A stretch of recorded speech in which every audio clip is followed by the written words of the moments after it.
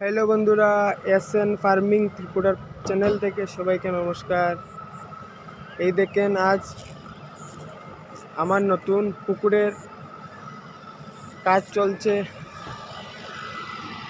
এই দেখেন,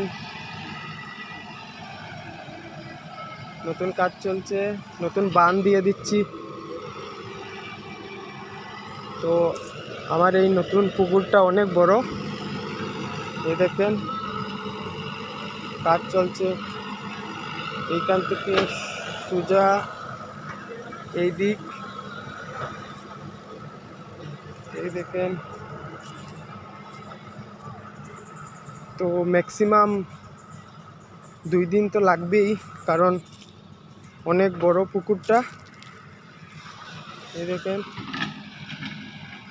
চলছে কাজ।